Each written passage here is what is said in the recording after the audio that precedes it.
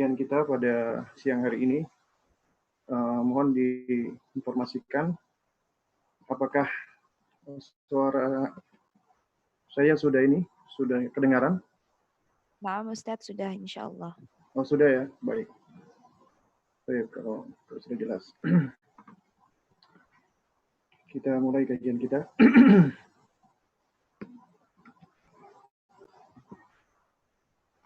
Bismillah. Assalamualaikum warahmatullahi wabarakatuh. Innal hamdalillah nahmaduhu wa nasta'inuhu wa nastaghfiruhu wa natubu ilaih wa na'udzu billahi min syururi anfusina wa min sayyiati a'malina may yahdihillah fahuwal muhtad wa may yudlil falan tajida lahu waliyyan mursyida. Asyhadu an la ilaha illallah wahdahu la syarika lah wa asyhadu anna Muhammadan abduhu wa rasuluhu la nabiyya ba'dahu amma ba'du.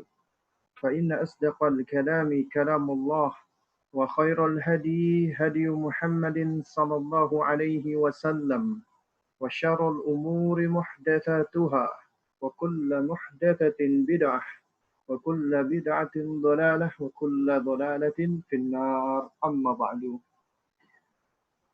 Ikhwatal kiram, para aba dan para ummahat, ikhwan dan akhwat, rahimani wa rahimakumullah. Alhamdulillah, kita bersyukur kepada Allah Subhanahu wa taala atas segala limpahan nikmatnya, karunia-Nya, rizkinya, hidayahnya, yang mana kita di siang hari ini masih diizinkan oleh Allah Azza wa Jalla untuk dapat berjumpa kembali, bersua kembali di kajian kita, kajian online via Zoom, yang mana ini ya di kesempatan ini kita insya Allah akan membahas ya sebuah kutayyib secara intensif ya, dalam artian kita akan ngaji nyaris setiap hari ya, kecuali apabila ada udzur ya. Kita akan membahas kutayyib atau risalah yang berjudul Al-Arba'un Al-Jiyad fi Tarbiyatil Aulad ya, 40 hadis seputar pendidikan anak yang ditulis oleh Syekh Abdul Aziz Al-Huwaithan hafizahullah taala. Dan kita di siang hari ini ya sudah masuk ke hadis yang ketiga ya, hadis yang ketiga, yakni tentang betapa kesalehan anak itu memberikan manfaat bagi orang tuanya meskipun sudah meninggal dunia. Ya, jika di hadis yang pertama kita telah membahas bahwa orang tua memiliki pengaruh yang besar terhadap akidah anak. Kemudian di hadis yang kedua kita telah membahas betapa orang tua memiliki tanggung jawab yang besar untuk mendidik anak-anaknya dan akan diminta pertanggungjawaban ya tentang apa yang menjadi tanggung jawabnya. Maka di hadis yang ketiga ini lebih bersifat motivasi ya. Ini lebih bersifat ya ganjaran ya ataupun targhib ya, yang akan menyemangati seseorang agar mereka ya berusaha untuk bisa memperoleh anak-anak yang saleh, karena anak yang saleh itu memberikan manfaat yang sangat besar sekali. Baik, untuk mempersingkat waktu kita langsung saja ya, nanti insya Allah akan kita bahas ya di sini ya. Itu akan kita bacakan dulu ya hadisnya, kemudian poin-poinnya baru nanti akan kita jabarkan insyaallah taala sesuai dengan kemampuan kami ya. Qala al-muallifu hafizahullahu taala, penulis yaitu Syekh Abdul Aziz Al-Huwaithan, beliau berkata membawakan ya hadis yang ketiga. Hadis an Abi Hurairah radhiyallahu taala anhu anna Rasulullah sallallahu alaihi wasallam qala. Dari sahabat yang mulia Abu Hurairah, nama aslinya adalah Abdurrahman bin Sakhr radhiyallahu taala anhu, bahwa Rasulullah sallallahu alaihi wasallam beliau pernah bersabda, "Idza matal insanu," apabila seorang manusia meninggal dunia. Di dalam lafaz yang lain itu ya menggunakan kata idza mata ibnu Adam, apabila anak keturunan Adam itu meninggal dunia. maka in qata'a anhu amaluhu, akan terputus ya darinya amal-amalnya. Ya, illa min thalathatin, kecuali 3 hal, 3 perkara, 3 amalan, 3 jenis amalan. Apa itu? Illa min shadaqatin jariyatin, kecuali dari sedekah jariyah, au ilmin yuntafa'u bihi, atau ilmu yang dapat diambil manfaatnya, atau ilmu yang bermanfaat ya, dan awaladin salihin yad'u lahu, atau anak soleh yang mendoakan orang tuanya. Ya, rawahu Muslim. Hadis yang diriwayatkan oleh Imam Muslim, dan hadis ini adalah hadis yang sahih. Ya, fawaid atau faidah hadis ya. Faidah hadis yang pertama adalah seorang mayit itu terputus amalnya apabila telah meninggal dunia, kecuali amalan yang ditunjukkan dalil pengecualiannya. Ya. Baik, ini kita bacakan dulu semua ya, baru nanti akan kita jelaskan. Yang kedua, di antara amalan yang sampai dan tidak terputus setelah wafat adalah sebagaimana hadis yang juga diriwayatkan oleh Abu Hurairah radhiyallahu taala anhu, di mana Rasulullah SAW bersabda, ya hadis ini adalah sebagai hadis yang lebih memperinci, ya. Ini hadis yang lebih memperinci ketiga amalan tadi, ya. Sebab di sini ada poin-poin yang sama dengan sedekah jariyah. Yang pertama, inna mimma yalhaqul mu'mina min amalihi wa hasanatihi ba'da mautihi.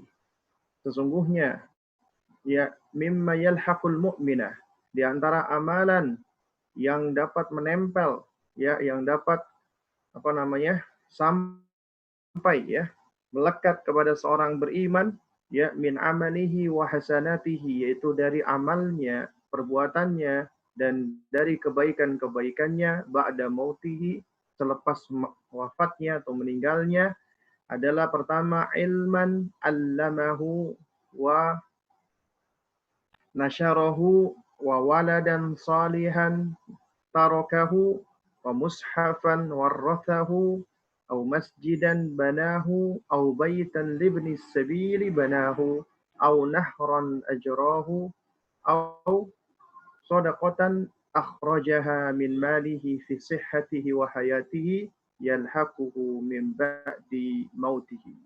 Kata Nabi sallallahu alaihi wa ala alihi wasallam, ya ada 7 ya perkara atau amalan kebaikan yang sampai kepada seorang mukmin meskipun dia sudah meninggal dunia.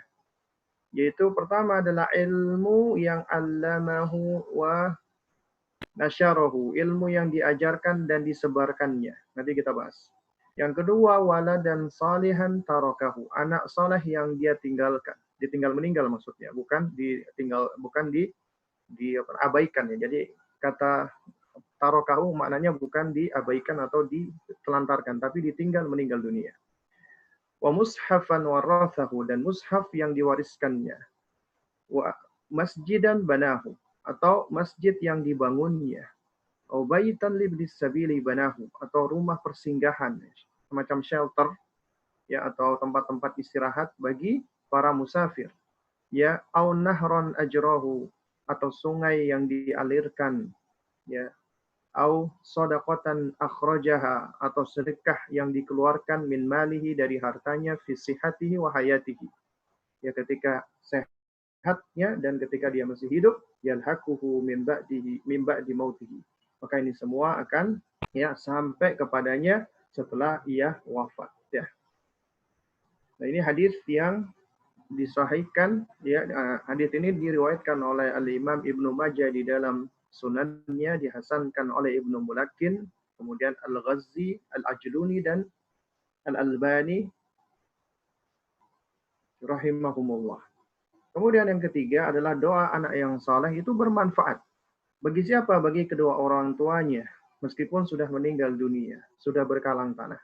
Yang keempat, kesalihan dan keistiqomahan anak serta upaya mendidik di atasnya memiliki urgensi yang sangat besar. Yang kelima, doa anak kepada orang tuanya memiliki keutamaan yang besar. Baik, Ikhwatal kiram rahimani rahimakumullah ya. Nah, sekarang kita kembali lagi ke lafaz hadis ya. Di dalam hadis ini ya, Nabi Shallallahu alaihi wasallam itu mengatakan ya bahwa idza matal insan, apabila seseorang itu meninggal dunia, atau idza mata ibnu Adam, apabila anak keturunan Adam itu meninggal dunia. Di sini kita dapat mengambil pelajaran bahwa ya kita semua pasti akan meninggal dunia ya. Kita semua pasti akan dihampiri dengan kematian. Artinya tidak ada yang bisa hidup abadi di dunia ini. Karena Allah Subhanahu wa taala sebagaimana ada di dalam surat Ali Imran ya, Allah mengatakan kullu nafsin dha'iqatul maut ya. Setiap jiwa yang memiliki jiwa itu akan merasakan kematian. Ya, akan merasakan kematian, akan dihampiri oleh kematian. Juga demikian Allah mengatakan wa'bud rabbaka hatta ya'tiyakal yakin. Sembahlah Rabbmu, Tuhanmu sampai datangnya al-yakin. Allah katakan al-yakin itu dijelaskan oleh para ulama, maknanya adalah kematian. Kenapa kematian al-maut dikatakan al-yakin? Karena sesuatu yang diyakini kedatangannya. Artinya kematian itu pasti akan datang. Sehingga menjadi sesuatu yang diyakini. Dan kita pun tahu bahwasanya kita cepat atau lambat juga akan meninggal dunia. Karena ada di antara kita yang kekal abadi, tidak ada. Surat Al-Anbiya ayat 34 Allah mengatakan wa ma ja'alna li basyarin min qablika al-khuld. Ya. Wa ma ja'alna li basyarin. Kami tidak menjadikan bagi manusia ya min qablika al-khuld. Ya, sebelum kamu wahai Muhammad itu ada yang abadi. Enggak ada. Allah tidak ada menciptakan di antara makhluk-makhluknya ini apalagi manusia itu yang abadi. Ya, dan kita nggak bisa lari dari namanya kematian, ya. Karena kata Allah, aina ma takunu yudrikukum maut ya. Aina ma takunu, di mana saja kamu berada, yudrikukumul maut ya. Maka kematian itu akan menjumpai kamu, akan mendapati kamu. Walau kuntum fi burujim musyayyada. Walaupun kamu itu bersembunyi di dalam fortress atau di dalam benteng yang kokoh yang kuat, tetap akan didatangi oleh kematian. Ya, makanya dalam surat Al-Jumu'ah ya, Allah Subhanahu wa taala pun menerangkan kul innal mautalladzi tafirruna minhu fa innahu mulaqikum. Katakanlah wahai Muhammad, innal mautalladzi tafirruna minhu fa innahu mulaqikum.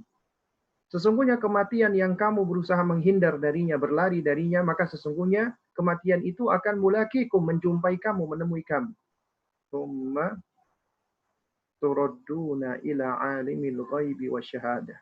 Kemudian kamu akan dikembalikan kepada zat yang mengetahui perkara yang gaib dan perkara yang nyata yang bisa disaksikan. Fayunabbi'ukum bima kuntum ta'malun, dan dia Allah itu akan memberitakan apa yang telah kamu kerjakan di dunia ini. Di sini kita bisa mengambil pelajaran bahwa kita kelak akan meninggal dunia. Sebentar ataupun lama. Tidak ada di antara kita yang tidak meninggal dunia. Ya. Nah, karena itulah ya, di antara tanda-tanda mukmin yang cerdas sebagaimana diriwayatkan oleh Abdullah ibnu Umar radhiyallahu taala anhuma ketika beliau bercerita kuntu ma'a Rasulillah sallallahu alaihi wasallam faja'ahu rajulun minal ansar fasallama ala Nabi sallallahu alaihi wasallam thumma qala. Ketika kami sedang duduk-duduk ya, sedang bersama Nabi sallallahu alaihi wasallam, tiba-tiba ada seorang laki-laki dari Ansar datang, mengucapkan salam, kemudian bertanya, "Ya Rasulullah, ayyul mu'minina afdal?" Wahai Rasulullah, siapa ya orang beriman atau mukmin yang paling mulia, yang paling utama, yang paling afdal? Ya, kata Nabi, ahsan ya. Afdalul mu'minina ahsanuhum khuluqah. Nabi mengatakan ahsanuhum khuluqah, yaitu mereka yang paling baik akhlaknya. Ya. Kemudian ditanya lagi, fa'ayyul mu'minina aqyas? Siapa orang beriman yang paling cerdas, paling pintar? Yang paling cerdas siapa? Apa kata Nabi? Aktsaruhum lil mauti dzikra. Wa ahsanuhum lima ba'dahu istidadan ulaikal aqyas. Ya.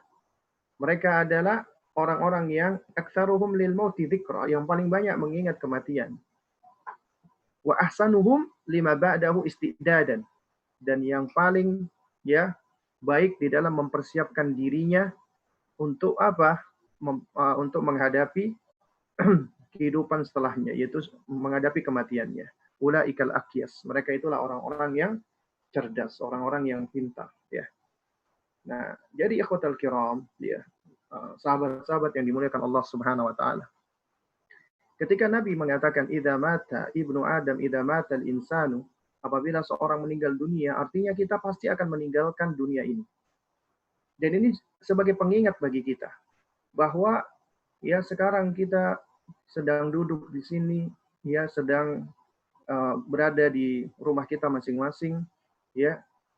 Maka dimanapun kita berada, ketika Allah sudah menetapkan ajal, maka kita pun akan meninggal dunia. Entah itu karena penyakit corona ataupun bukan karena penyakit corona, maka tidak ada di antara kita yang bisa melepaskan diri dari kematian al-maut. Makanya Syekh Abdurrahman As-Sudais, ya hafizahullah ta'ala, ketika awal-awal corona, ya ketika itu masih belum seperti sekarang, ya, beliau sempat membuat status ya yang mengatakan bahwasanya ya korban meninggal dunia yang wafat karena corona itu hanya 3%. Ya meskipun sekarang kayaknya sudah naik, ya. Nah, tapi ya orang-orang yang meninggal dunia ya yaitu fi ayyi sa'atin, yaitu di dalam segala waktu dan segala kondisi itu 100%. Sesuai dengan kehendak Allah. Ya. Karena kematian adalah sesuatu yang kita nggak bisa hindarkan. Ya. Nah, ketika kita sudah mati, maka kita sudah tidak bisa membawa apa-apa lagi kecuali apa yang dijelaskan atau ditentukan oleh Allah dan Rasul-Nya.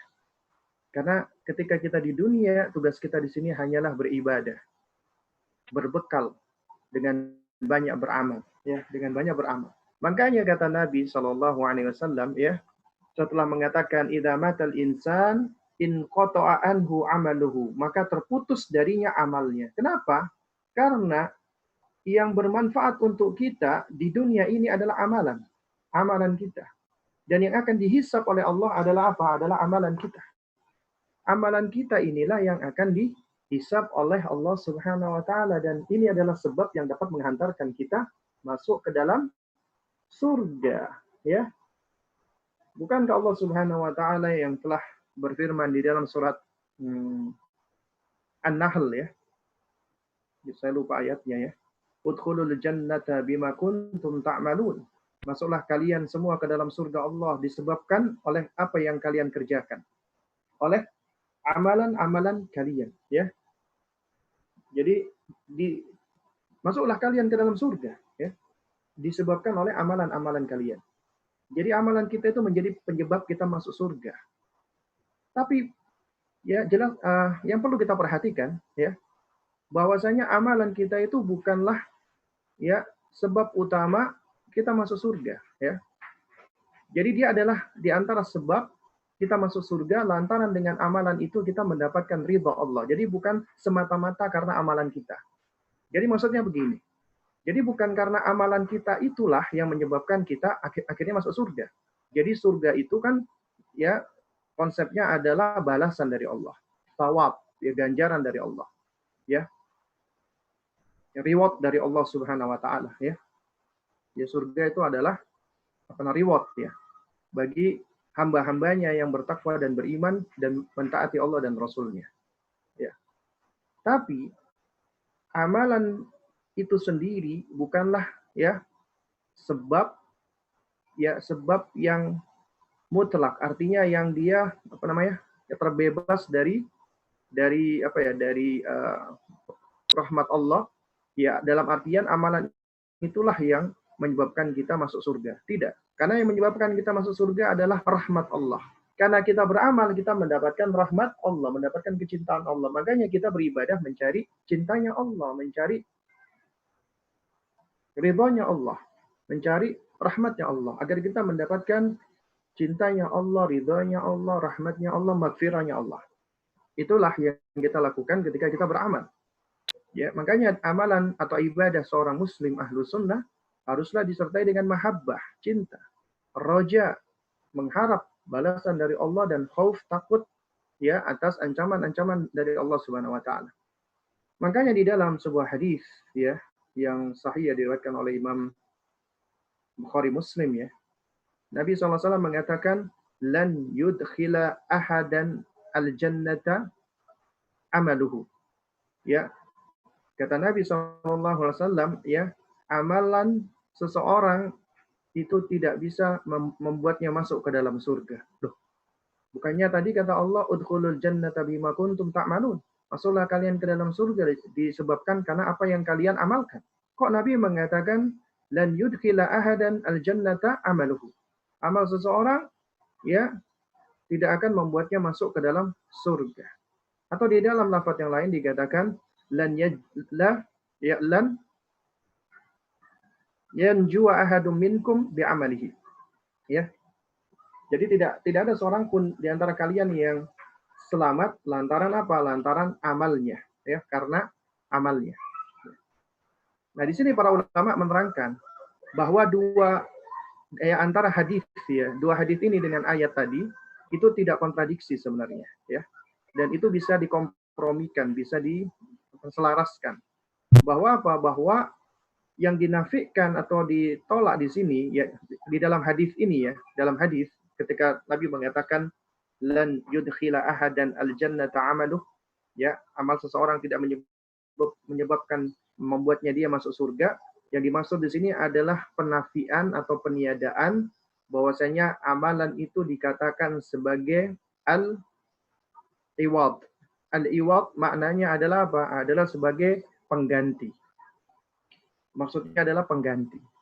Ya. Jadi yang dimaksud di sini adalah ya sebagai apa? Sebagai sababiyah ya. Ya. Jadi sebagai sebab sebagai sebab. Ketika Allah mengatakan ya, bima kuntum ta'malun ya, lantaran amalan kalian, huruf ba di sini menunjukkan ba sababiyah ya. Ba yang menunjukkan sebab. Amalan itu sebagai sebab kita bisa masuk ke dalam surga ya. Tapi di sini yang dimaksud adalah apa? Adalah ya bukan sebagai iwat ya, sebagai pengganti. Gini ya, mungkin bahasa simpelnya adalah seperti ini ya. Kita ini beramal ya, beribadah. Allah sudah perintahkan kita untuk beribadah. Seandainya kita beribadah kepada Allah 1 juta tahun, Allah berikan kepada kita usia 1 juta tahun, kita gunakan 24 jam dari usia kita untuk beribadah kepada Allah, kemudian Allah ganjar dengan surganya, maka surganya Allah itu jauh lebih besar, jauh lebih mulia, jauh lebih mahal dibandingkan amalan kita tadi. Karena tidak sepadan. Amalan kita itu tidak sepadan ya jika dibandingkan dengan balasan Allah. Karena itulah amalan kita nggak bisa dijadikan sebagai pengganti surga Allah. Ya, Allah memasukkan surga karena amalan kita jadi digantikan karena nggak worth it amalan kita. Apalagi kita hidup ya paling usia 60-70 tahun, kemudian kita mulai ibadah ketika udah usia balik ya 14 tahun, 15 tahun, belum lagi kita disibukkan sama urusan dunia. Artinya apa? Amalan kita yang hanya sebentar ini nggak worth it dibandingkan dengan ganjaran dari Allah, pahala dari Allah, surga dari Allah, yang siapa yang masuk ke dalamnya mendapatkan kenikmatan khalidina fiha, akan kekal di dalamnya untuk selama-lamanya. Apalagi di sana kita akan bersua dengan orang-orang yang kita cintai, Rasulullah SAW, ya, kemudian juga sahabat-sahabat Nabi, dan yang paling utama dari itu semua kita akan bisa melihat Allah Azza wa Jalla, pencipta kita. Ya. Jadi nggak worth it amalan kita ini. Makanya amalan kita ini tidak bisa dijadikan sebagai ya iwat atau sebagai pengganti timbal balik antara apa yang Allah berikan pada kita.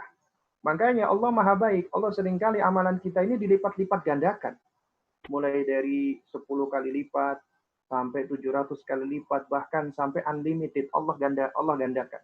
Tapi ketika kita berbuat dosa, maksiat, Allah balas sesuai dengan dosa dan maksiat kita. Itulah keadilan Allah Subhanahu wa taala. Ya. Nah, oleh karena itu makanya ya dikatakan oleh salah seorang ulama salaf ya, ketika menjelaskan ya Nabi ketika memberikan nasihat untuk tidak meremehkan amalan sekecil apapun. Karena kenapa? Karena bisa jadi amalan yang kita remehkan itu adalah amalan yang dapat menghantarkan kita menuju ke surga Allah. Allah ridho, Allah cinta gara-gara amalan yang kecil tersebut. Ya, sehingga Allah berikan rahmatnya, Allah cintai hamba tersebut, Allah ridhoi hamba tersebut, meskipun dia kalau dilihat mungkin dari dosa dan maksiatnya banyak, tapi karena amalan-amalan tersebut Allah ridho, Allah cinta, Allah masukkan dia ke dalam surga.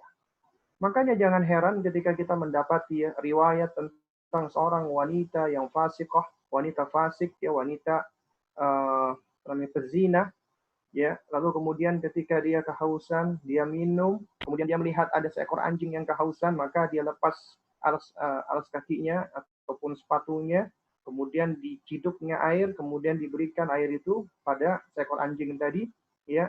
Dan anjing itu pun minum sepuasnya hingga hilang hausnya. Amalan tampak remeh. Ternyata dengan sebab itu Allah ampuni dan Allah masukkan wanita tersebut ke surga Allah Subhanahu wa taala.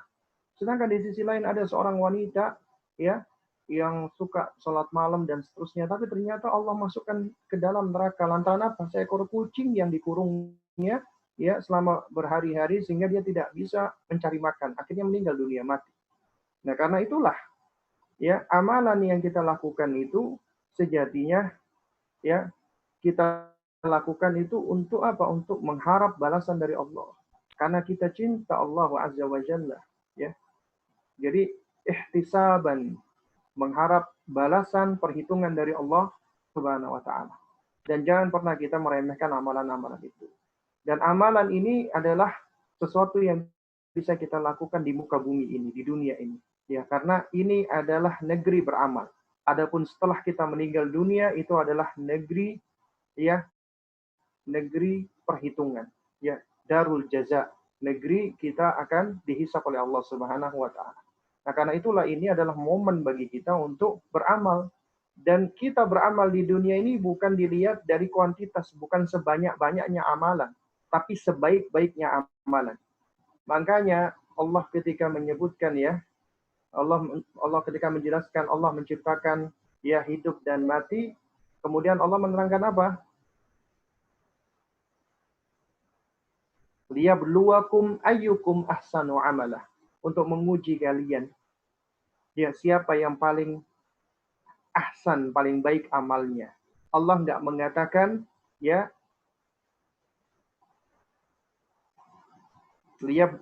ya apa namanya?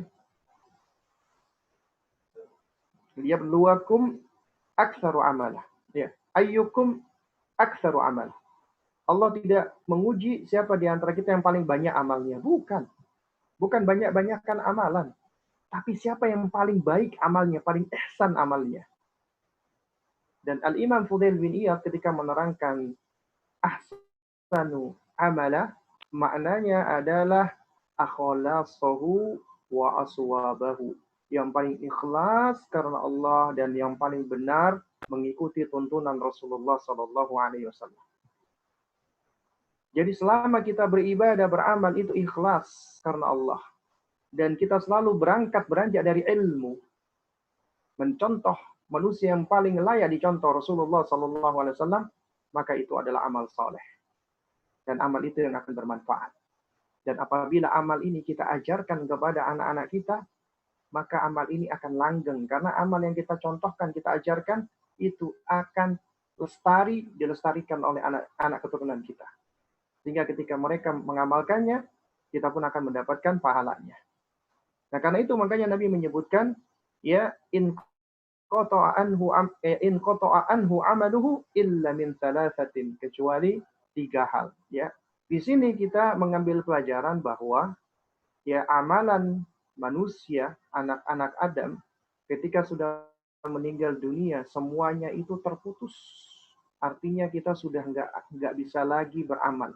Ya, ketika kita meninggal dunia sudah tidak ada lagi amalan-amalan yang bisa diperbaharui karena kita sudah meninggal.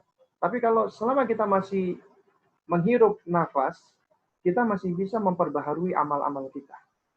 Tapi ketika kita sudah meninggal dunia, kita sudah nggak bisa lagi. Sudah nggak bisa lagi kita memperbaharui amal kita. Amal kita sudah berhenti, sudah stop, ya. Sudah apa namanya? Sudah nggak ada lagi yang bisa kita lakukan, ya. Makanya dikatakan oleh para ulama, dikatakan in qata'a amaluhu ay in qata'a anhu, ya.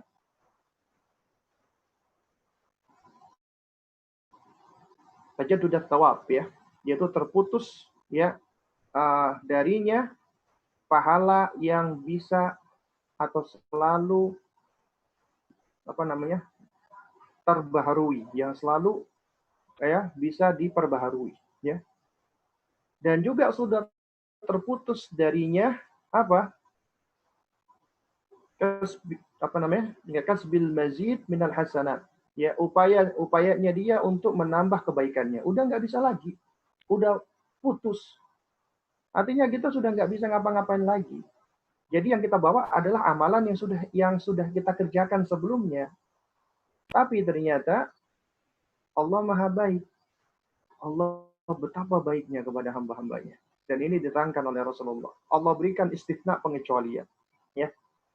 Apa pengecualian? Illa min thalathatin. Kecuali 3 hal.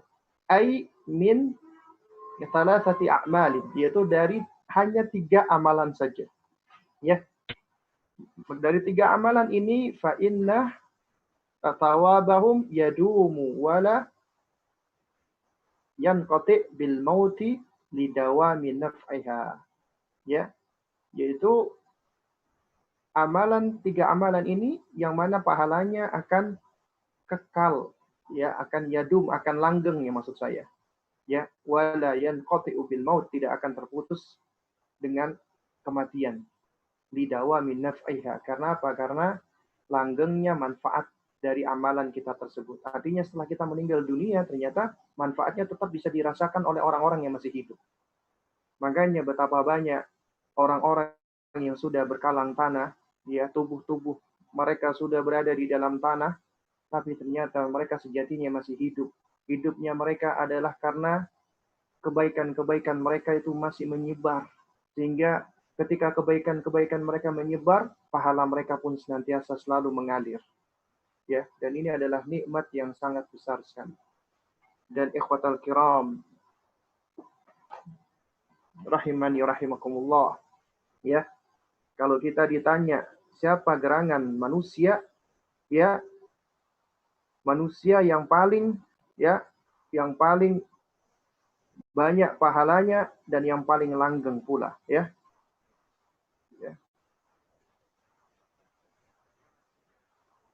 Tidak lain dan tidak bukan adalah siapa? Adalah Rasulullah Sallallahu Alaihi Wasallam. Nabi kita Muhammad SAW adalah manusia yang paling banyak pahalanya. Senantiasa mengalir. Karena beliau adalah orang yang mengajarkan kebaikan. Miliaran orang, ya, mengambil manfaat dari beliau.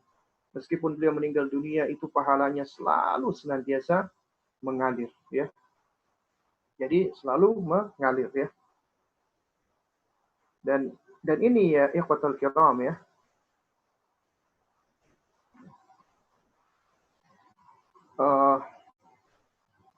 Dan ini yang disebutkan oleh Allah Subhanahu wa taala di dalam surat Al-Qalam, ya.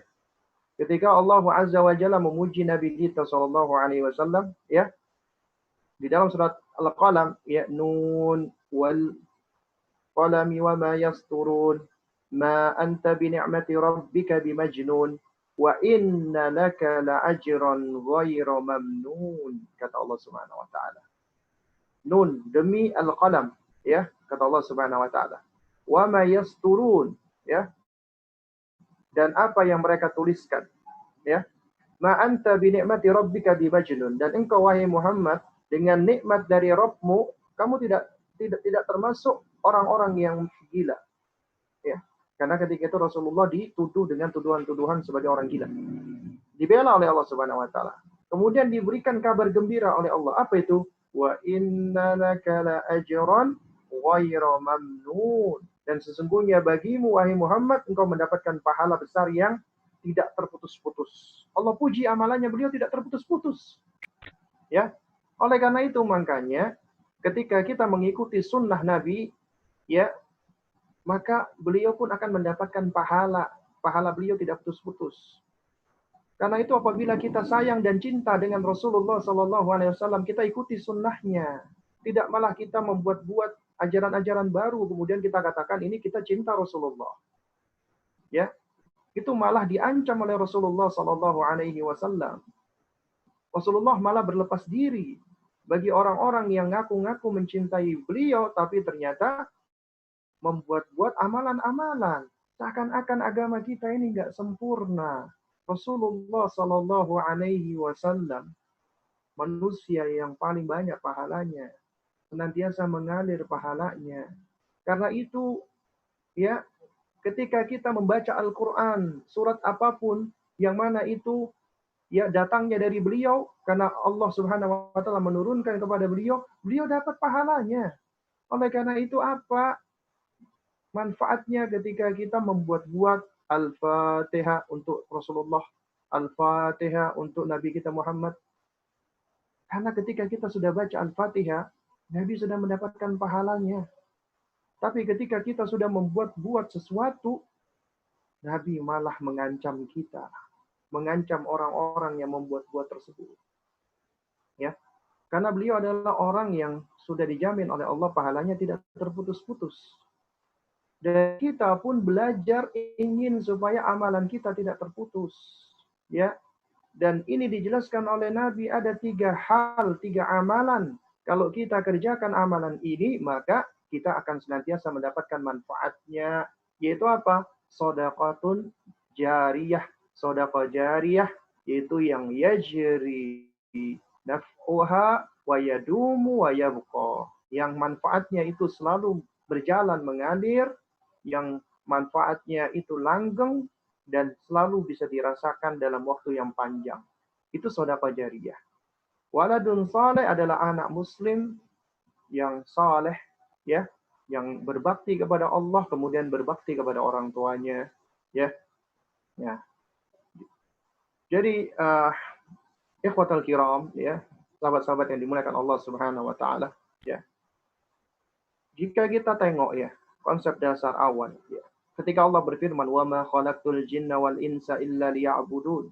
Tidaklah aku ciptakan jin dan manusia kecuali untuk beribadah kepadaku. Allah memerintahkan kita untuk beribadah kepadanya. Ya. Makanya Allah juga di dalam surat yang lain Allah menyebutkan, "Ya ayyuhan nas u'budu rabbakum." Wahai sekalian manusia, sembahlah Rabb kalian yang menciptakan kalian, ya. Jadi ternyata kita memang diperintahkan Allah untuk beribadah, ya. Nah, ibadah ini adalah salah satu bentuk amalan kita. Amalan kita yang mana kita lakukan, kita harapkan bisa mendapatkan ridho dan cinta Allah. Karena ibadah itu adalah ismun jami'un likulli ma yuhibbuhullahu wa yardah minal aqwali wal af'ali dhahira wa batinah. Yang namanya ibadah itu adalah suatu sebutan yang mencakup semua apa yang Allah ridho, Allah cinta. Artinya Allah harus ridho, Allah harus cinta. Baik itu ucapan atau perkataan yang tampak ataupun yang tidak tampak, yang zahir ataupun yang batin, ya. Nah, jadi para abah dan para ummahat yang dimuliakan Allah, ya, konsep yang perlu kita ajarkan kepada anak-anak kita adalah, ya, mereka diciptakan di muka bumi ini adalah dalam rangka untuk ibadah. Dan ajarkan ibadah itu adalah mencari ridhonya Allah, mencari cintanya Allah. Ketika mereka beramal, amalan mereka lakukan adalah untuk Allah. Karena Allah, di jalan Allah, dan sesuai dengan syariat Allah. Dikatakan sesuai dengan syariat Allah, tentunya harus sesuai dengan syariat yang diajarkan oleh utusan Allah, yaitu Rasulullah Sallallahu Alaihi Wasallam. Nah, ketika kita mengajarkan ini, artinya kita sudah melakukan kebaikan, mengajarkan kebaikan kepada mereka, mengajarkan ilmu yang bermanfaat. Akhirnya kita mendapatkan pahala. Kita mendapatkan pahala. Baik, di antara 3 amalan ini ya, ini apa namanya? Coba kita bahas ya sedikit ya. Pertama adalah as-shadaqatu al-jariyah, sedekah jariah, ya, yaitu adalah sedekah yang langgeng dan terus-menerus continue manfaatnya. Contohnya apa? Ya, contohnya adalah kabina'il masajid, membangun masjid-masjid, ya. Jadi membangun masjid itu pahalanya senantiasa mengalir. Atau juga hafril abar ya. Seperti juga kita misalnya menggali sumur ya. Menggali sumur ya, misalnya di tempat-tempat yang kering, akhirnya dengan kita menggali air keluar, orang bisa mengambil manfaatnya, manfaat duniawi apalagi manfaat diniyah. Mereka bisa berwudu, mereka bisa mandi janabat, mereka bisa mandi, mencuci pakaian, mensucikan tubuhnya. Pahalanya senantiasa mengalir. Ataupun juga mewakafkan rumah, tempat, tanah untuk tempat-tempat yang bermanfaat, untuk tempat-tempat ya kayak masjid ataupun rumah-rumah ilmu, rumah-rumah tahfidz, itu juga akan senantiasa pahalanya mengalir, ya. Ataupun kita juga bikin rumah untuk yatim piatu, anak-anak yatim piatu, atau shelter-shelter untuk orang-orang fuqara wal masakin, ataupun juga asrama untuk para penuntut ilmu, atau yang semisalnya, ya. Maka selama itu masih ada dan orang ini sudah meninggal dunia, inilah yang akan senantiasa menjadi investasinya dia meskipun sudah meninggal. Pahalanya selalu mengalir kepada orang tersebut, ya. Ini adalah di antara sedekah jariyah. Makanya kalau kita perhatikan di dalam hadis tadi ya, yaitu yang dari faidah ya, poin yang ke berapa ini? Poin yang kedua ya, yaitu ya ada 7 hal yang disebutkan oleh Nabi. Yang pertama adalah ilmu yang diajarkan dan disebarkan. Ya. Nabi mengatakan ilman allamahu. Jadi ternyata ketika kita belajar ilmu, ya, ilmu yang kita pelajari, kemudian kita ajarkan, ya, terutama kepada keluarga dan anak-anak kita.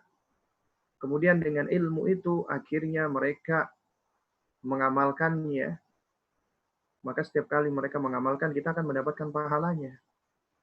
Kemudian juga bukan cuma yang kita ajarkan, yang juga kita sebarkan. Oleh karena itu, ya, ketika sebagian ulama menerangkan hadis ini, yaitu ilmu yuntafa bihi, ilmu yang bisa diambil manfaatnya, itu diantaranya yang mereka apa namanya jelaskan itu adalah ketika para ulama menulis buku-buku, mengkompilasi ilmu di dalam buku-buku yang mudawwan. Seperti Imam Bukhari, Imam Muslim mengumpulkan hadis-hadis Nabi, ilmunya langgeng sampai sekarang dan insya Allah sampai yaumil kiamah. Dan setiap kali kita mempelajari, membaca bukunya, beliau akan mendapatkan pahalanya. Demikian pula ulama-ulama yang lainnya. Imam Nawawi rahimahullah, Allah tidak karuniakan beliau anak karena beliau tidak menikah. Tapi buku beliau, ya, Riyadhus Shalihin misalnya, ya, buku sejuta umat ya, kitab Riyadhus Shalihin. Siapa sih yang tidak tahu kitab Riyadhus Shalihin ini? Ya. Ketika seseorang membaca, mempelajarinya, menghafalkannya, mengamalkannya, beliau akan selalu mendapatkan pahalanya. Langgeng pahalanya tersebut, ya. Bahkan juga termasuk orang-orang yang mencetak bukunya, menyebarkannya, itu termasuk mendapatkan pahala. Dan juga di antara bentuk menyebarkan ilmu adalah ketika zaman dahulu ya, memang dalam bentuk tulisan buku. Di zaman sekarang dengan teknologi yang sudah lebih maju lagi, ilmu bisa dalam bentuk suara. Dulu ya tahun 90-an itu yang namanya kaset-kaset audio, itu Masya Allah manfaatnya besar sekali. Kita bisa banyak beristifadah dari situ. Dulu kita ya mendengarkan ceramahnya Syekh Utsaimin, Syekh Albani, Syekh bin Baz, kita nggak tahu wajahnya, kita nggak tahu orangnya itu bagaimana, ya. Kita cuma dengar suara-suaranya, itu sudah bahagianya luar biasa. Lalu kemudian dengan berjalannya waktu, Ya, lalu kemudian kita sekarang di zaman di mana teknologi sudah luar biasa, kita bisa streaming. Kalau dulu ya kita dapatin ya video-video ceramah masih dalam bentuk kaset-kaset yang kotak itu, ya.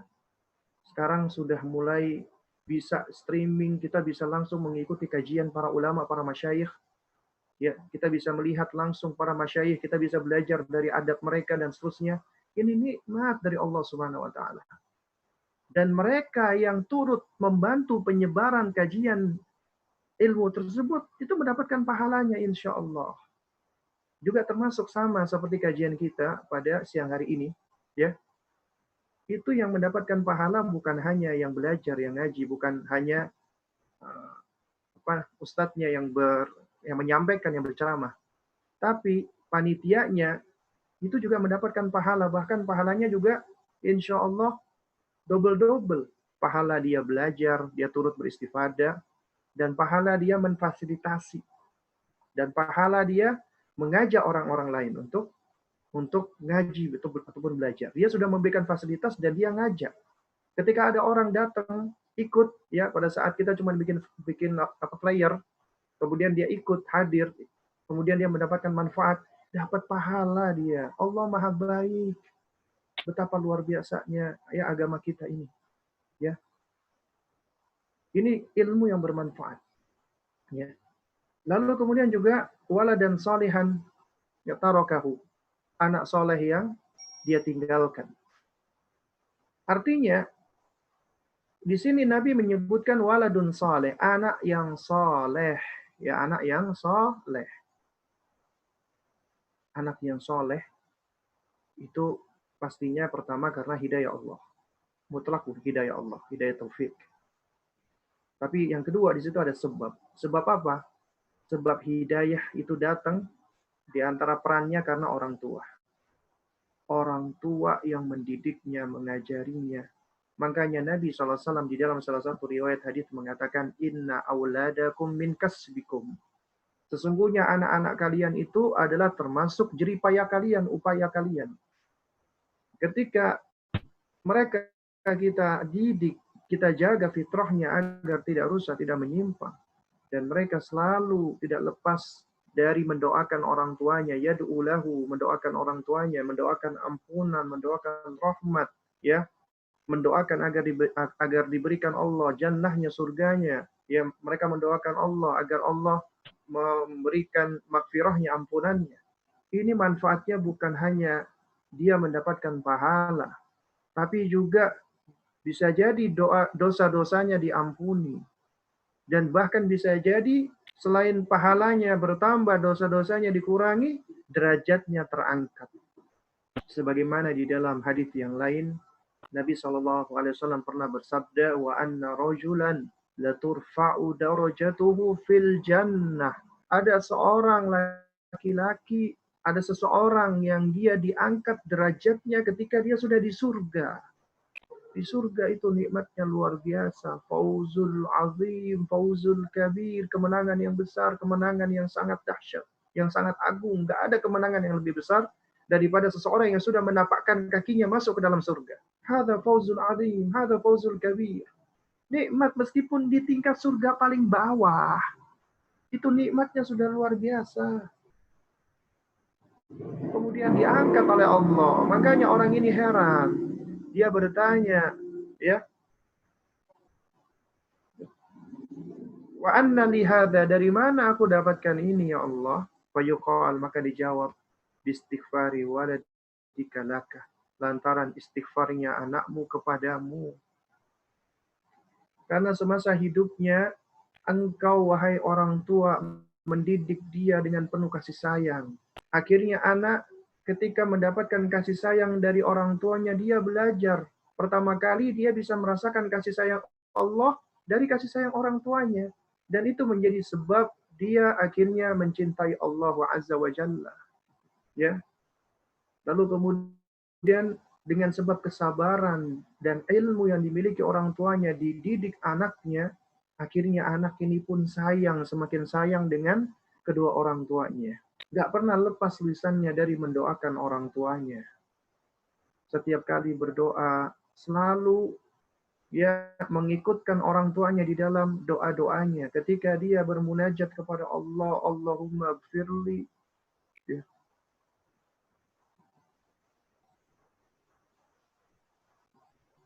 ya Allah ampunilah aku, ya.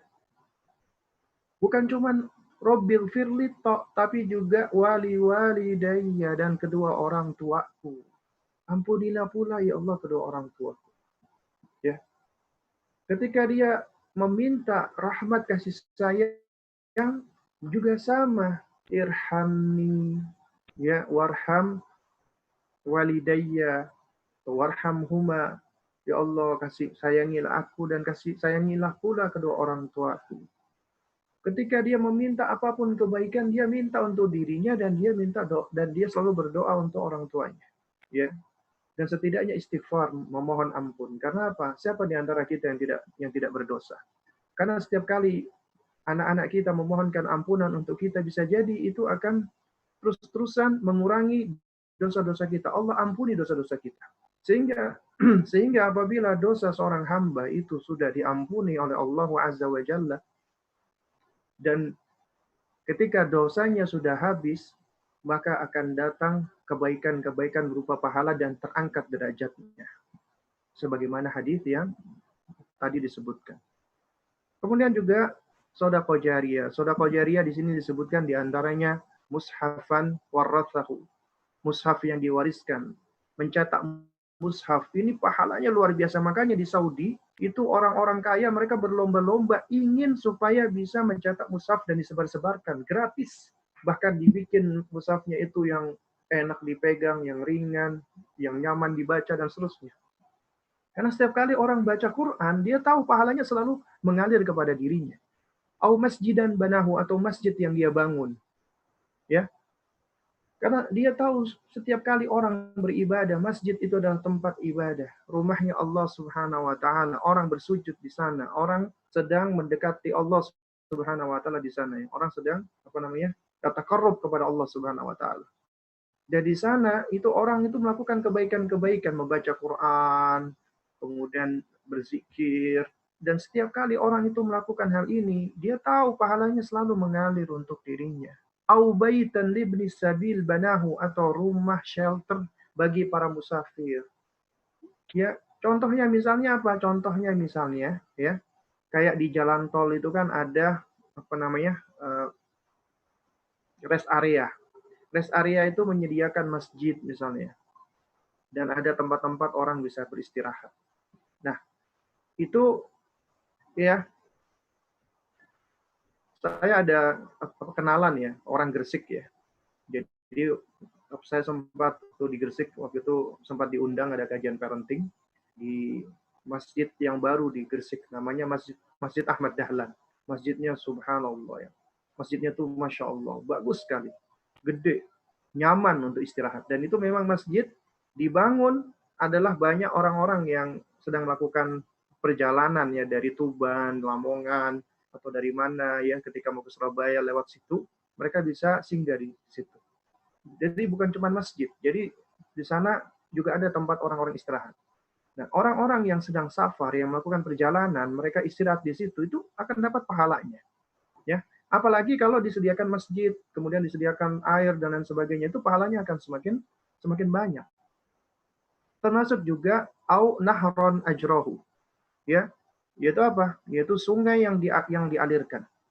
Ya, jadi sungai yang dialirkan juga termasuk juga sumur yang dia gali, artinya dia menyediakan air, dia provide air. Itu pahalanya besar sekali. Karena apa? Karena yang butuh air bukan cuma manusia, tumbuhan butuh air. Hewan pun juga sama butuh air. Ketika dia itu mengalirkan sungai, sehingga sungai ini bisa diambil manfaatnya oleh banyak makhluk, dia pun akan mendapatkan pahalanya. Ya, atau sedekah, akhrajaha min malihi fi sihhatihi wa hayatihi, atau dia suka bersedekah, dia keluarkan uang dari hartanya di waktu dia sakit ataupun dia ya masih hidup ya, maka ini semua akan sampai kepadanya ya meskipun dia sudah meninggal dunia ya. Baik, ikhwatul kiram ya,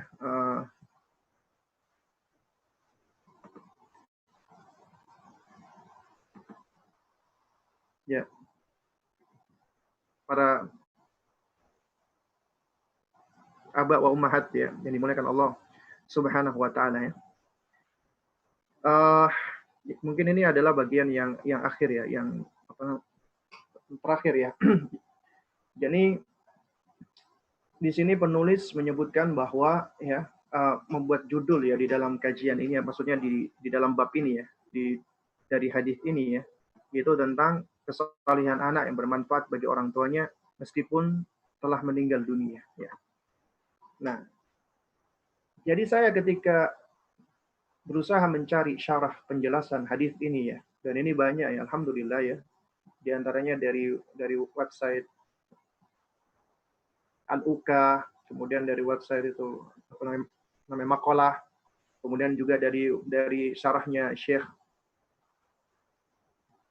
Ali bin Yahya al-Haddadi dan yang semisalnya, hampir semua mereka menyebutkan faidah dari hadis ini, yaitu apa? Yaitu pentingnya untuk mencari istri yang saleh, yang salihah.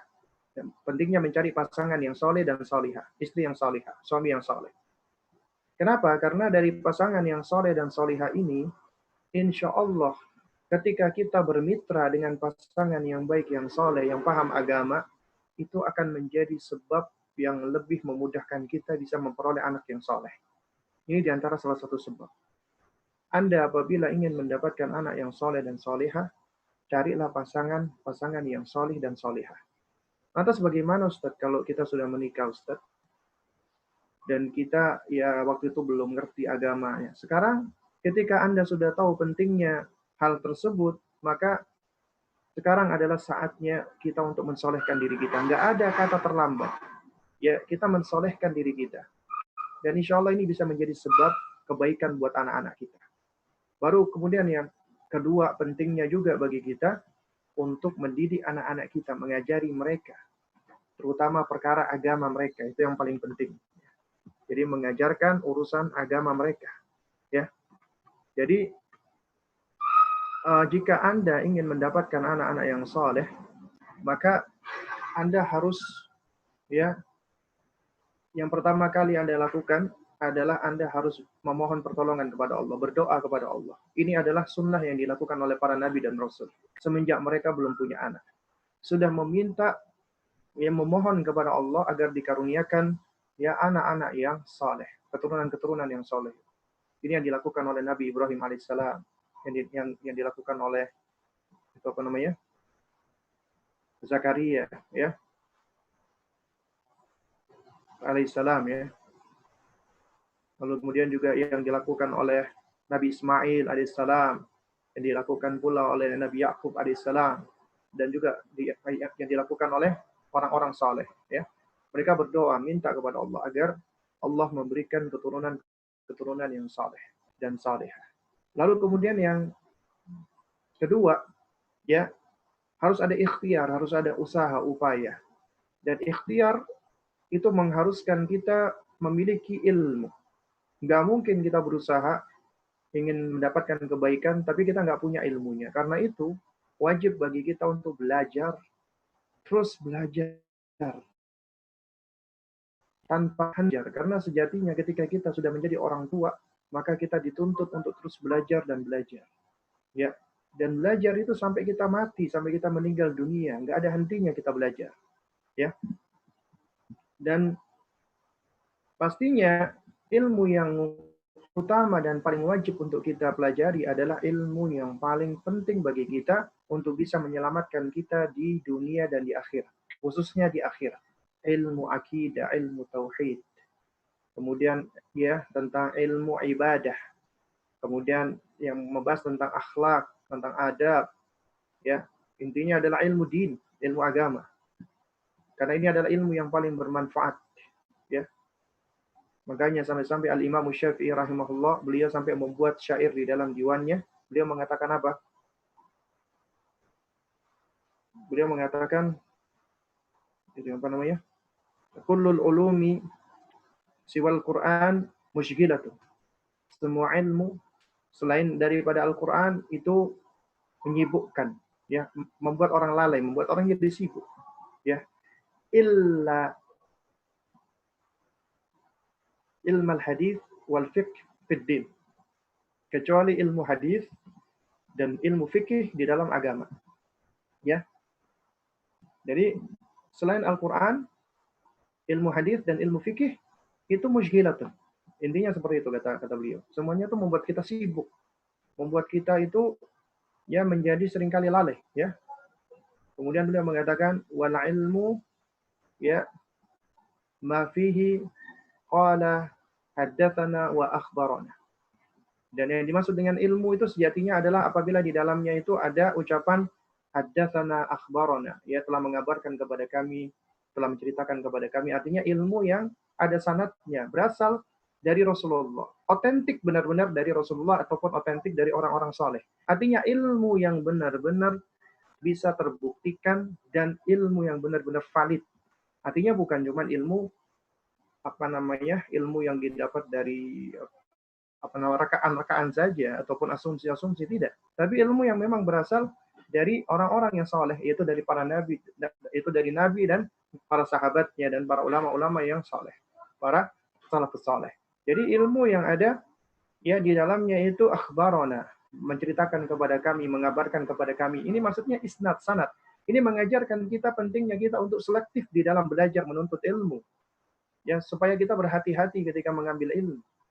Ya, makanya kata Imam Syafi'i di akhir diwannya, ya, maksudnya di bait yang terakhir, beliau mengatakan yatuwama nasi wazaka illa wasawisu syayatin. Ya, adapun selain dari ini semua itu tidak lain dan tidak bukan adalah waswasnya syaitan. Itu semua hanyalah waswas syaitan. Jadi terus belajar dan belajar. Kemudian belajar nggak berguna kalau kita nggak mempraktekkan. Karena itu kita amalkan ilmu tersebut. Dipraktekkan dan mempraktekkan ilmu itu adalah cara kita melanggengkan ilmu, menjaga ilmu, memelihara ilmu. Ilmu yang nggak dipraktekkan akan dilupakan. Dan ilmu yang dipraktekkan juga akan menjadi contoh qudwah bagi orang-orang sekitar kita, terutama anak-anak kita. Karena mereka belajar dengan cara mencontoh, meniru. Sehingga apa yang kita praktekkan itu yang lebih efektif, yang lebih berguna, lebih bermanfaat bagi mereka. Baru kemudian kita mengajarkannya, ya, baru kemudian kita mendakwahkannya, ya, baik itu kepada istri kita, anak-anak kita, kerabat-kerabat kita, teman-teman kita, dan yang lainnya. Dan yang nggak kalah pentingnya adalah kita bersabar pastinya. Kita harus bersabar. Dan ini semua insya Allah ya, apabila kita lakukan, ya, kita akan termasuk setidaknya orang tua yang sudah mendapatkan pahala ilmu yang bermanfaat. Antum mengajarkan kebaikan kepada anak antum. Antum mengajarkan anak-anak antum, misalnya suratul Fatihah, ya. Ketika dia membaca suratul Fatihah, maka antum juga akan mendapatkan pahalanya dikala antum masih hidup, termasuk ketika antum sudah meninggal dunia. Karena surat Al-Fatihah ini adalah surat yang tidak pernah lepas diucapkan di dalam lisan seorang muslim yang benar-benar beriman. Karena dalam kesehariannya dia pasti membaca surat Al-Fatihah ini. Kalau kita yang mengajarkan, maka betapa banyak pahala kita dari ilmu yang bermanfaat. Belum lagi ya hasil daripada didikan kita menjadikan dia anak yang soleh, kemudian dia berdoa untuk kita. Maka tentunya anak adalah investasi yang paling besar buat kita, investasi yang paling berharga, paling mahal. Ya, itu semua apa yang ada di alam semesta ini, di dunia ini dan seisinya, ya, itu semua tidak begitu berharga dibandingkan dengan anak kita. Anak kita ini adalah di antara investasi yang paling berharga. Tapi juga perhatikan, anak kita juga bisa menjadi bencana orang tuanya, musuh buat orang tuanya. Apabila anak itu ditelantarkan, dibiarkan, ya, orang tua akan berdosa. Allah akan mintanya, ya. Karena itu amanat yang disia-siakan oleh Allah. Karunia yang Allah berikan tadi diabaikan dan ditelantarkan begitu saja. Waliyadzubillah wa nas'alullah assalamu alaikum. Baik ya, mungkin ini yang dapat saya sampaikan ya, karena ternyata sudah pukul 2:30. Insya Allah nanti kita lanjutkan kajian kita besok lagi. Mungkin sebelum kita tutup, ada pertanyaan mungkin yang berkaitan dengan kajian kita pada siang hari ini. Ini coba saya lihat di chat ya, sepertinya sudah ada beberapa pertanyaan masuk ya. Oh benar, ternyata sudah banyak ya.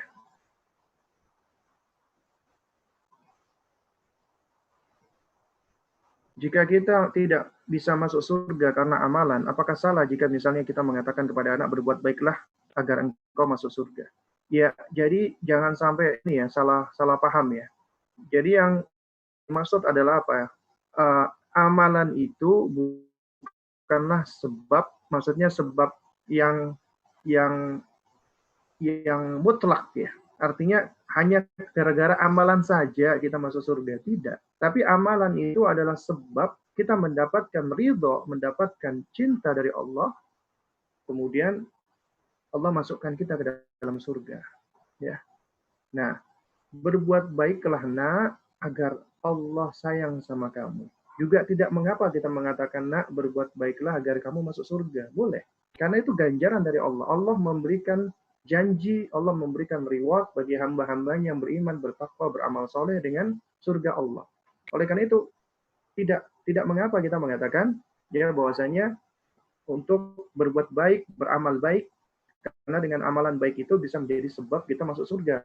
Ya, kita bisa masuk surga ya dengan amalan kita, karena amalan kita itulah yang menyebabkan Allah itu mencintai kita, ya meridhoi kita. Ya, jadi mudah-mudahan bisa dipahami ya.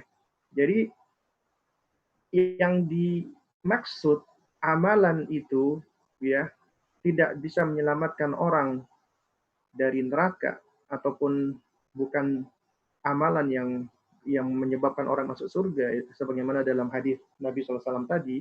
Maksudnya apabila amalan itu dianggap sebagai sebagai iwat ya, sebagai ganti rugi, bukan ganti rugi ya, sebagai pengganti ya, sebagai imbalan. Artinya ya ketika kita melakukan amalan ini maka nanti Allah akan menggantinya dengan surga. Tidak. Karena amalan kita itu tidak worth it dibandingkan dengan balasan Allah Subhanahu wa taala dengan surga Allah. Jauh banget. Kita masuk surga karena apa? Karena keridhaan Allah, kecintaan Allah pada kita, pada hamba-hambanya. Bisa jadi karena lantaran satu amalan kita yang kita anggap remeh, Allah malah sayang, Allah ridha, Allah cinta, Allah ampuni dosa-dosa kita, dan Allah masukkan ke surga. Makanya Nabi mengajarkan agar kita jangan meremehkan satupun kebaikan kepada Allah.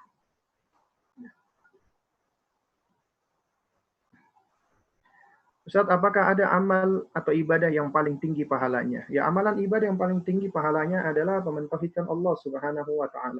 Ya, mentauhidkan Allah Subhanahu wa taala. Nah, di antaranya adalah apa? Di antaranya adalah ya orang yang mengucapkan dua kalimat syahadat, ya, dua kalimat syahadat dan dia mengamalkannya, ya, dan juga uh, memahami kandungan-kandungannya, ya. Itu di antaranya juga, di antaranya adalah ya kalau kita perhatikan ya banyak ya di dalam hadis-hadis Nabi SAW ya amalan-amalan yang bisa mendatangkan ganjaran atau pahala yang banyak. Di antaranya puasa ya. Bahkan puasa ini ya kata Nabi SAW ketika Allah Subhanahu wa taala di dalam hadis qudsi ya itu Allah membalas ya bahwasanya amalan-amalan anak Adam itu akan Allah lipat gandakan ya sampai 700 kali lipat. Kemudian Allah mengatakan illa saum, kecuali berpuasa. Fa innahu li wa ana ajzi bihi. Karena puasa itu adalah milikku untukku dan aku yang akan membalasnya. Ya. Dan aku yang akan membalas puasa itu. Ya. Dan juga masih banyak ya. Kemudian mohon referensi buku fikih terlengkap untuk wanita. Ya. Mungkin yang paling simpel, yang paling mudah, ya itu adalah apa namanya Sahih Fikih Sunnah ya. Itu karyanya ini ya, Abu Malik ya. Itu sudah diterjemahkan banyak kalau nggak salah penerbitnya ya. Jadi bisa dicari ya Sahih Fikih Sunnah untuk wanita. Kemudian ada pertanyaan berikutnya. Anak saya bertanya, untuk apa Allah menciptakan keburukan? Saya jawab, untuk menguji kita. Mohon koreksi jika jawaban saya salah. Lalu ia bertanya lagi, kenapa kita harus diuji? Saya tidak tahu bagaimana menjawabnya. Afwan. Ya. Baik. Ya. Jadi ketika anak bertanya, untuk apa Allah menciptakan keburukan? Ya. Nah, itu ya ketika ada orang tua menjawab bahwasanya untuk menguji kita. Ya, dan ini memang tidak bisa ya kita jelaskan maksudnya dalam artian secara simpel saja, karena Karena ini memang membutuhkan adanya pondasi-pondasi dan pijakan-pijakan, ya. Karena anak ketika bertanya seperti ini itu berarti logik atau rasio berpikirnya dia sudah mulai berkembang, ya.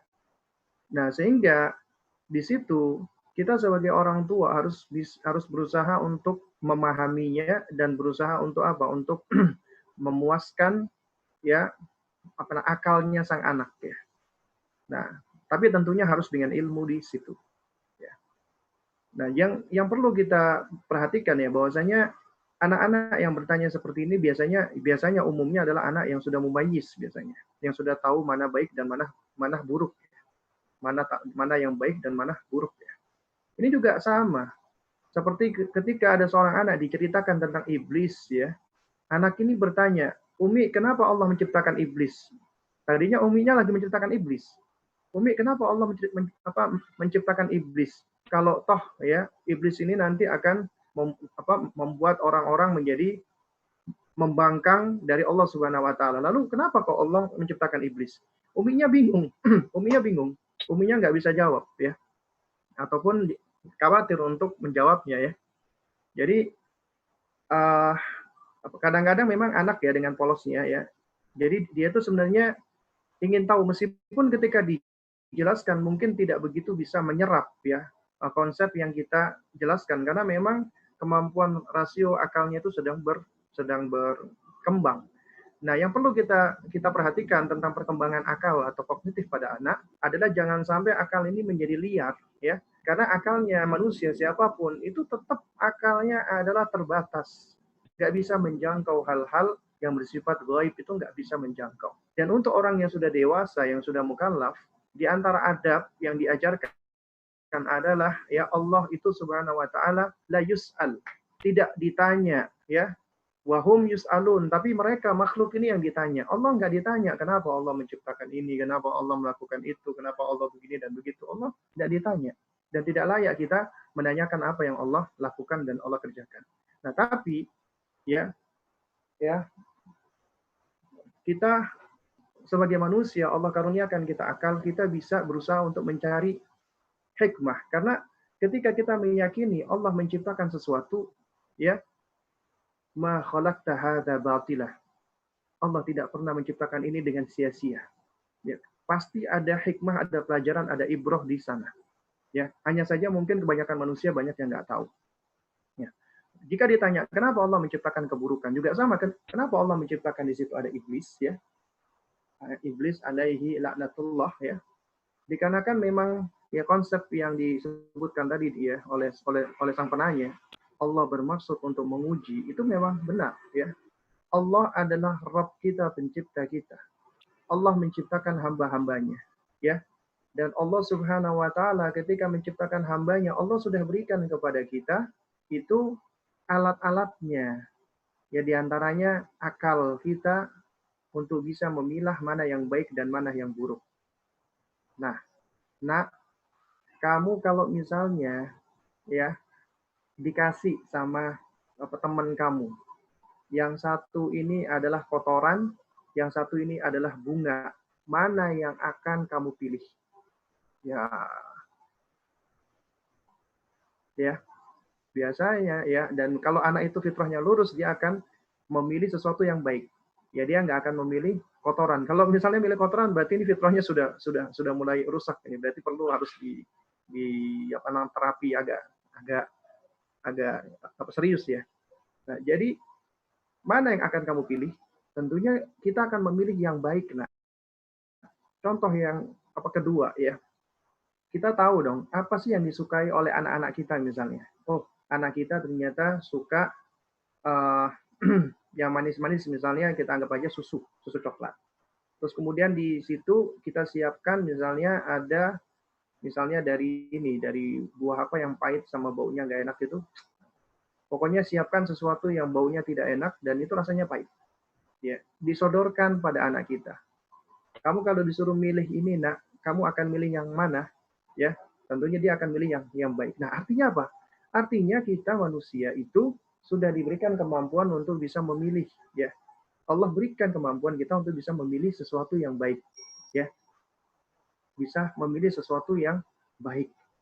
Nah, tapi nak, ya seringkali kita itu nggak sanggup dan nggak mampu untuk melihat mana yang benar-benar paling baik untuk kita. Karena misalnya bisa jadi ya, itu juga bisa dibuat ya semacam apa namanya permainan atau game ya. Ini untuk anak-anak saja ya maksudnya. Ya misalnya kita taruh busa ya yang apa namanya yang ya intinya busa ya busa kemudian di atasnya kita kasih pernak-pernik ya kita yang bagus ya kan. Apa namanya kita kasih semacam coklat-coklat dan yang misalnya indah lah di situ.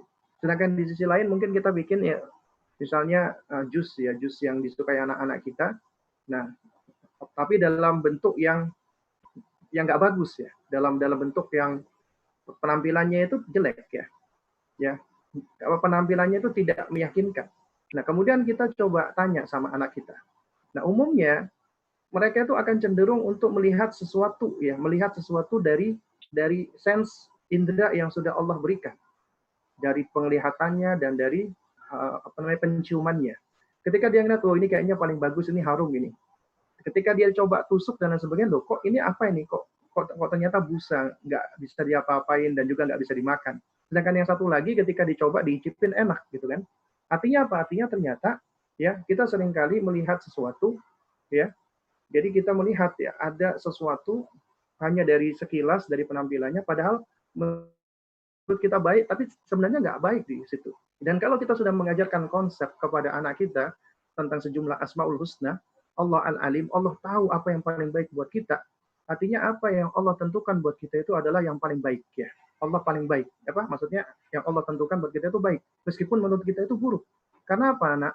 Karena seringkali kita tahu ya sesuatu tapi pengetahuan kita itu lemah ya. Kita nggak jadi apa maksudnya kita itu tahu tapi cuma sedikit saja yang kita tahu di situ ya. Sedangkan Allah itu mengetahui segalanya, pengetahuan Allah itu luas ya. Dan seringkali apa yang Allah tentukan itu berangkat dari pengetahuan Allah dan itu adalah suatu hal yang baik buat kita. Nah, lalu kemudian ya, jadi ini konsep dasar yang harus dipahamkan dulu. Artinya mereka harus tahu ya bahwasanya apa yang ada pada mereka, asumsi mereka, pikiran mereka dan lain sebagainya itu adalah sesuatu yang sebenarnya lemah ya. Tidak bisa menjangkau semuanya. Apalagi kita berusaha menjangkau Allah. Nah, karena itu juga suatu hal yang baik sudah kita ajarkan kepada mereka, apalagi kalau mereka sudah usia mulai murahik ya, apalagi mau mukallaf ya. Ya, yakni apa supaya mereka itu ya menundukkan akal mereka dengan wahyu Allah Subhanahu wa taala. Agar tidak liar akal-akal mereka ya. Nah, jadi ini tidak akan ya sebenarnya ini tidak akan apa terjadi ya apabila anak-anak dari usia dininya itu sudah dididik dengan pendidikan tauhid yang baik ya. Nah, ini poin yang pertama. Poin yang kedua baru kita jelaskan ya. Nah, kamu tahu nggak, Nak? Allah menciptakan sesuatu itu biasa dengan lawannya ya. Allah ciptakan sesuatu dengan lawannya. Contohnya misalnya begini. Ya. Sekarang kita siang hari. Ya, siang hari ini apa terang ya. Siang hari ini terang, malam hari gelap. Ada terang, ada gelap ya. Ketika terang kita bisa melihat banyak hal karena di situ ada cahaya. Gelap karena tidak ada cahaya, kita nggak bisa melihat ya. Jadi Allah ciptakan ada gelap dan ada terang di situ juga sama. Kita contohkan lagi misalnya ada panas dan ada dingin. Coba kamu pegang es batu ini, dingin kan dingin. Coba kamu pegang ya atau kamu dekatkan tangan kamu dengan ini, sesuatu yang panas-panas kan ya. Nah, memang Allah ciptakan ada yang panas dan ada yang dingin ya. Coba sekarang bagaimana menurut kamu kalau seandainya Allah menciptakan itu gelap terus atau terang terus atau dingin semua, panas semua ya. Nah, kita merangsang ya. Kita coba mengajak mereka untuk berpikir untuk merangsang daya nalarnya dia ya. Nah, jadi Allah menciptakan kenapa malam-malam itu gelap? Karena kita manusia itu butuh istirahat di situ. Dijadikan malam itu sebagai waktu kita beristirahat. Siang itu waktu kita umumnya manusia seperti itu ya untuk kita bekerja beraktivitas ya. Karena manusia itu butuh kerja, butuh istirahat, butuh beraktivitas, butuh istirahat. Ya, jadi butuh bekerja dan butuh beristirahat. Nah, karena itulah Allah ciptakan di mana di situ ada keburukan, di situ ada kebaikan. Kalau Allah ciptakan semuanya itu baik di atas kebaikan, maka ya akan hilang hikmahnya Allah, yaitu Allah nggak perlu lagi dong menurunkan Al-Quran, nggak perlu lagi Allah itu mengutus para nabi dan rasul, karena semuanya berada di atas kebaikan. Ya, nah karena itu Allah sesuai dengan kehendaknya menciptakan kita. Allah ingin menguji kita. Kamu tadi ya dikasih yang satu baik, satu buruk. Mana sih yang akan kamu pilih? Kamu akan milih yang baik kan? Tapi ternyata ada loh orang-orang yang milih yang buruk. Kenapa? Bisa jadi karena dia nggak tahu. Itu tugasnya kita untuk ngasih tahu. Kamu jangan pilih itu sesuatu yang buruk. Atau bisa jadi karena memang apa? Karena memang dia suka yang buruk, ya, ya. Nah, sehingga orang-orang seperti ini harus kita jauhi, harus kita. Nah, jadi ini adalah konsep-konsep yang nanti bisa kita kembangkan ya. Jadi ya. Lalu kalau ditanya Umi, kenapa kita harus diuji?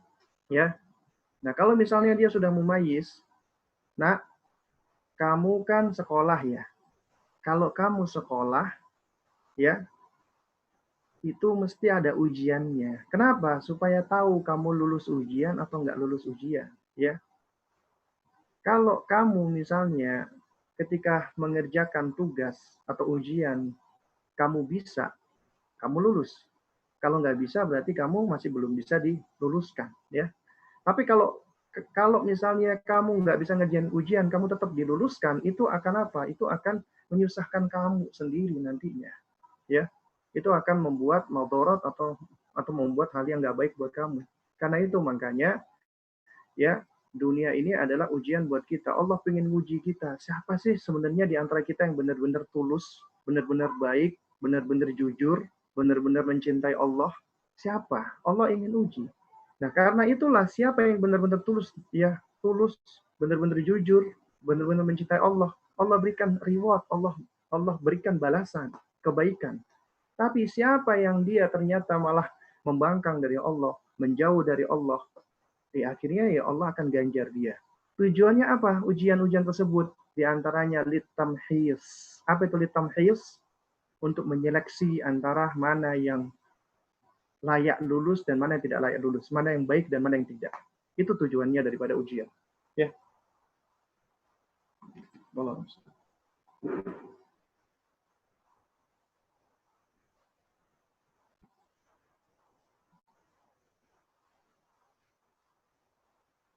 Ya, baik. Kemudian ya, coba kita lihat lagi ya. Oh, ini ada namanya pertanyaan ya. Ustadz, bolehkah kita bersedih ketika mengingat orang tua kita sudah tiada, dan cara membangkitkan rasa rajin membaca buku ilmu syar'i, amalan apa yang dapat meringankan siksaan orang tua di alam kubur? Ya. Bolehkah kita bersedih ketika mengingat orang tua yang telah tiada? Sedih itu adalah suatu yang bersifat tabi'i ya. Artinya Allah sudah menciptakan kepada manusia itu memiliki wijdan, emosi, perasaan-perasaan al-masyair. Itu sudah ada di dalam diri manusia. Ya, dan ini suatu hal yang manusiawi. Seseorang sedih, kecewa, gembira, bahagia karena sesuatu hal, itu suatu hal yang manusiawi sekali. Dan apabila ada orang yang kita sayangi, kita cintai itu meninggal dunia, kemudian kita sedih, itu manusiawi sekali, sangat manusiawi sekali. Ya, sangat manusiawi. Dan tidak berdosa. Yang berdosa adalah apabila kesedihan kita itu berlarut-larut dan itu malah menyebabkan kita malah sampai melakukan perbuatan-perbuatan yang buruk atau yang jelek. Misalnya kita meratap-ratap, kemudian kita sampai berteriak-teriak dan semisalnya, maka ini yang bisa ya yang istilahnya yang bisa menyebabkan kita berdosa karenanya. Tapi kalau sedih doang itu tidak berdosa ya. Dan sedih itu adalah di antara sifat manusiawi manusia. Ya. Dan ketika kita bisa merasakan sedih, maka ya kita tidak akan selamanya terus-terusan sedih. Besok kita bisa bahagia. Dan ketika kita pernah merasakan sedih, maka kita akan merasakan betapa nikmatnya bahagia. Bahagia itu akan semakin nikmat. ya, karena kita pernah merasakan sedih. Demikian pula Allah ciptakan ada sehat dan ada sakit. Kalau kita nggak pernah merasakan sakit, maka kita akan cenderung lalai dengan nikmat sehat yang Allah karuniakan. Karena kita pernah merasakan sakit, akhirnya sakit ini membawa manfaat buat kita. Ketika kita sakit, kita mungkin bisa lebih dekat sama Allah. Kita banyak meminta kepada Allah. Kita merasa lemah di hadapan Allah. Ketika kita sehat, kita merasakan betapa nikmatnya, betapa luar biasanya, besarnya nikmat Allah Subhanahu wa Ta'ala, ya, dengan memberikan kita kesehatan itu. Bagaimana cara membangkitkan rasa rajin membaca buku-buku ilmu syar'i? Ya, jadi ya otomatis yang harus kita perhatikan adalah ya kita harus menumbuhkan kebutuhan kita. Artinya kita butuh dong untuk belajar. Ya kita butuh untuk mengetahui dan mempelajari ilmu-ilmu yang memang bermanfaat buat kita. Nah, diantaranya mungkin dengan membaca buku. Dan ini memang mungkin bukan suatu hal yang mudah untuk sebagian orang, karena ada sebagian orang yang memang tidak suka membaca. Ketika membaca sedikit sudah malas, sudah ngantuk ya. Nah, padahal di antara sifatnya para penuntut ilmu, dia harus membaca ya. Dia harus memaksa dirinya untuk membaca. Karena itu ya dia berusaha untuk memaksa dirinya membaca, dan itu bertahap pelan-pelan. Misalnya dia bikin target, satu hari ini aku harus membaca 1 halaman saja, cukup sehari. Nanti di pekan depan tambah lagi 1 halaman lagi, jadi dua halaman. Ya, dan itu dia berusaha untuk melakukan. Ngerti nggak ngerti, dia lakukan dulu. Ya, dalam rangka untuk membentuk kebiasaan dia. Yang mana kebiasaan ini berangkatnya karena dia butuh untuk belajar di situ. Ya. Dan amalan apa yang dapat meringankan sisaan orang tua di dalam kubur? Ya banyak sebenarnya, diantaranya adalah kita mendoakan ampunan, beristighfar untuk orang tua kita bersedekah untuk orang tua kita, ya. Kemudian kita juga ya melakukan amalan-amalan soleh dengan mengatasnamakan orang tua kita. Itu adalah hal-hal yang dapat bermanfaat untuk mereka, insya Allah. Bagaimana hukumnya orang yang menyembunyikan ilmu, tidak mau menyampaikan ilmu padahal dia tahu hal-hal yang benar, dikarenakan kondisi imannya yang kadang takwa, tapi suatu saat juga bisa futur. Sehingga apa yang ia sampaikan di saat ia bertakwa belum tentu ia kerjakan di saat futur. Ya, bagaimana sebaiknya juga dikaitkan dengan surat As-Saff ayat 3. Jadi, ya memang di antara haknya ilmu adalah dia harus disampaikan, diajarkan kepada orang-orang lain. Ya, itu di antara haknya ilmu. Ya, dan nggak boleh kita kitmanul ilm, menyembunyikan ilmu. Ya, jadi menyembunyikan ilmu ini adalah termasuk perbuatan yang tercela ya. Bahkan ini di antara karakteristiknya orang-orang Yahudi ya. Ketika mereka banyak menyembunyikan ilmu ya. Nah, tapi tidak mesti tidak menyampaikan ilmu itu dikatakan menyembunyikan ilmu ya. Tidak mesti menyampaikan ilmu pada saat itu dikatakan menyembunyikan ilmu ya. Jadi yang dimaksud dengan menyembunyikan ilmu adalah dia dengan sengaja tidak mau menyampaikan, padahal dia bisa dan mampu untuk menyampaikannya. Ya, mungkin karena dia malas atau mungkin karena memang dia lebih condong kepada syahwat atau yang semisalnya, dia akhirnya tidak mau menyampaikan hal tersebut. Ya. Nah, tapi tidak menyampaikan ilmu di dalam suatu waktu itu bukan artinya menyembunyikan ilmu, dan tidak mesti itu buruk. Karena kadang-kadang kita perlu untuk tidak menyampaikan sesuatu ya di saat itu. Jadi kita perlu untuk melihat kondisi, waktu, sikon, ini termasuk hikmah ya. Artinya tidak semua yang kita tahu harus disampaikan saat itu juga. Tapi apa yang kita sampaikan maka kita harus punya ilmunya, punya pengetahuannya. Ya, ini diantara sifat hikmah atau karakteristik hikmah. Jadi ya kita perlu untuk melihat kondisinya ya.